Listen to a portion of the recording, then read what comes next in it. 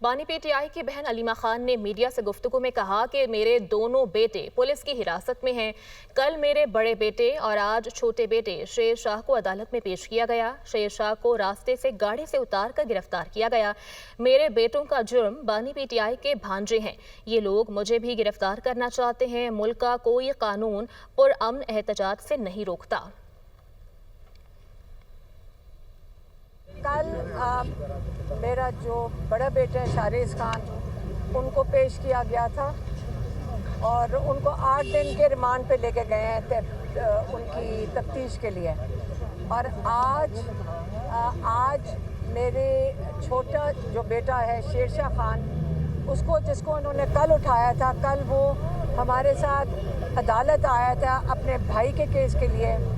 और जब वो वापस यहाँ से अदालत से होकर घर जा रहे थे तो उन्होंने उसको गाड़ियाँ आई उसके गिर्द, उसको मेरे हस्बैंड सोहेल खान चला रहे थे, उन्होंने गाड़ी का घेराव किया और उन्होंने उसको गाड़ी से निकाल के ले गए शेरशाह को। शेरशाह और शारेज़ इस वक्त दोनों पुलिस की कस्टडी में हैं। उनका जुर्म क्या है? उनका जुर्म ये है कि वो इमरान खान के भांजे हैं। उनका ख्याल है कि उसके बाद अब मुझे इन्होंने अरेस्ट करना है, तो मेरे ऊपर तो पहले ही अरेस्ट वारंट निकले हुए हैं। कह रहे हैं कि यहाँ खड़े होकर एहतजाज नहीं कर सकते, ये जुर्म है।